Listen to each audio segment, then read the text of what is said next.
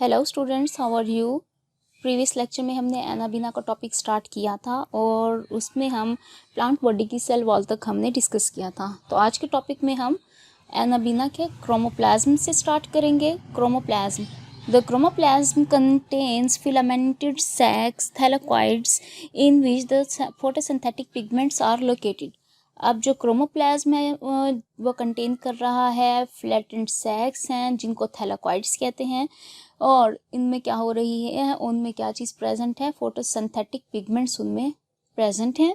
The thylakoids are not segregated from cytoplasm by a membrane.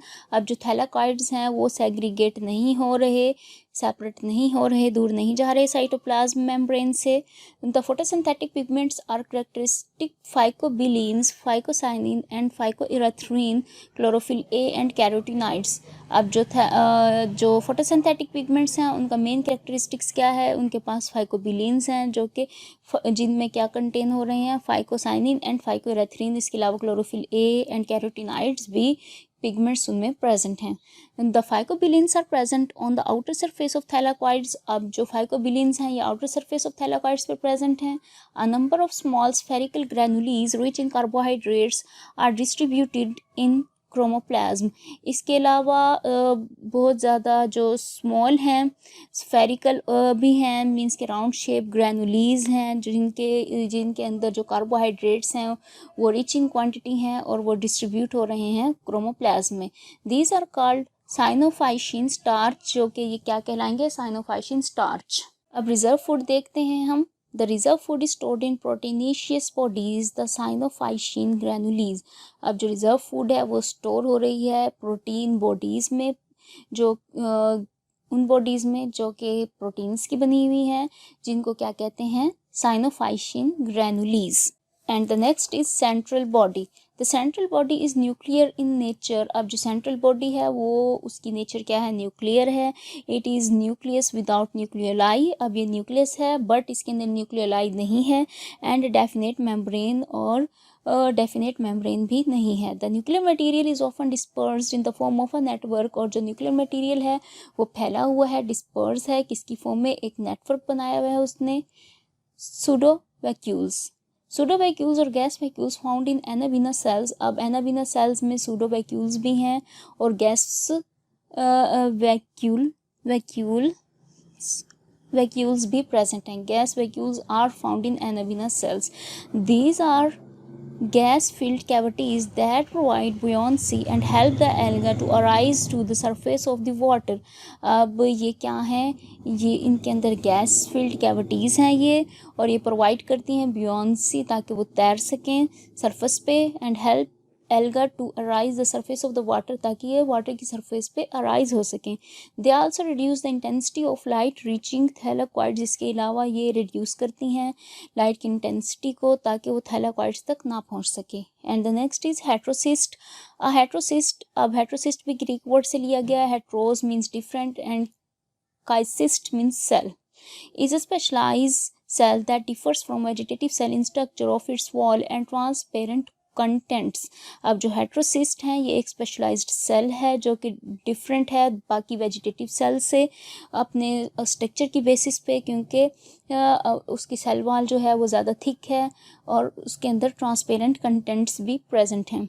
It arise by transformation of vegetative cell. अब ये vegetative cell की ही transformation से arise होता है। The cell enlarge synthesise a 3 layered peripheral wall in addition to original wall. The granular cellular contents decrease and peripheral wall in addition to original wall. The granular cellular contents decrease and thylakoids reorganize into concentric or reticulate pattern during transformation। अब ये vegetative cell में जो transformation होगी किस तरह, अब ये arise करेगा, ट्रांसफॉर्मेशन हो जाएगी वेजिटेटिव सेल की और जो सेल है बड़ा हो जाएगा साइज़ में, जो कि किसकी सिंथेसिस से हुआ, एक 3 लेयर्ड पेरिफेरल वॉल की in addition to original wall की निस्बत। The granular cellular contents decrease. अब जो उसका ग्रैनुलर सेलुलर कंटेंट है वो कम हो जाएगा, डिक्रीज हो जाएगा, और जो थैलेकॉइड्स हैं वो रीऑर्गेनाइज हो जाएंगी किसमें, कॉन्सेंट्रिक और रेटिकुलेट पैटर्न में ट्रांसफॉर्मेशन के दौरान। There are called polar nodules, और ये क्या कहलाएंगी, polar nodules. The heterocyst make cytoplasmic connections with adjacent cell through these pores। अब जो हेट्रोसिस्ट हैं वो बना देंगे साइटोप्लाज्मिक कनेक्शंस बना देंगे, किसके साथ, अपने साथ वाले सेल के साथ, इन पोर्स के through. However, in mature heterocysts, these pores get filled। अब जो यही mature heterocyst pores हैं ये filled हो जाएंगे। Heterocysts are sites of nitrogen fixation and transfer of combined nitrogen to vegetative cells between intervening heterocysts। अब जो हेट्रोसिस्ट हैं ये साइट हैं जहाँ पे क्या होती है, नाइट्रोजन की फिक्सेशन होती है और ट्रांसफ़र होता है कंबाइंड नाइट्रोजन का वेजिटेटिव सेल्स में, किसके दरमियान, हेट्रोसिस्ट के दरमियान। Also there is evidence that they are concerned with transformation of vegetative cells. इसके अलावा ये भी एविडेंस है कि ये कंसर्न कर रहे हैं वेजिटेटिव सेल की ट्रांसफॉर्मेशन को जो एडजेसेंट हैं एकाइनेट्स में। In some species the heterocyst act as reproductive structure. और कुछ स्पीशीज़ में जो हेट्रोसिस्ट हैं वो एज रिप्रोडक्टिव स्ट्रक्चर्स भी एक्ट करते हैं। And the next is akinetes. Akinetes भी ग्रीक वर्ड है। Akinesia means absence of motility, जिसका मतलब है एब्सेंस ऑफ मोटिलिटी और नॉन मोटाइल स्पीशीज़। स्पोर्स, अब ये वो स्पोर्स हैं जो कि मूवमेंट नहीं कर सकते। अब ये कैसे फॉर्म होंगे, form by transformation of vegetative cell. ये भी वेजिटेटिव सेल में ट्रांसफॉर्मेशन की वजह से हो रहे हैं। अब वेजिटेटिव सेल इन लार्ज होगा, एक्यूमुलेट्स साइनोफाइशिन ग्रैनुलीज, और इसके अंदर क्या चीज़ एक्यूमुलेट हो जाएगी, इकट्ठी हो जाएगी, cyanophycin granules. And the original cell wall becomes thickened, और जो ओरिजिनल सेल वॉल है वो थिक हो जाएगी, ज़्यादा मोटी हो जाएगी। The thylakoids retain the original arrangement, और जो थैलाकोइड्स हैं वो रिटेन करेंगे जो उनकी ओरिजिनल अरेंजमेंट थी वो। The akinetes are resistant to environment adversities and germinate to give rise to new filaments on return of conditions favorable for growth।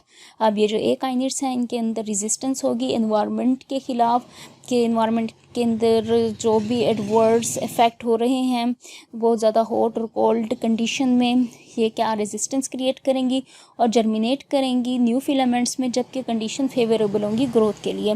The akinetes are formed next to heterocyst. अब akinetes form होंगे heterocyst के next. And और next topic is reproduction. अब इनमें reproduction किस तरह होगी ये हम नेक्स्ट टॉपिक में डिस्कस करेंगे। आज के टॉपिक में इतना ही। कोई भी डिफ़िकल्टी या क्वेश्चन तो आप कमेंट कर सकते हैं। Thank you.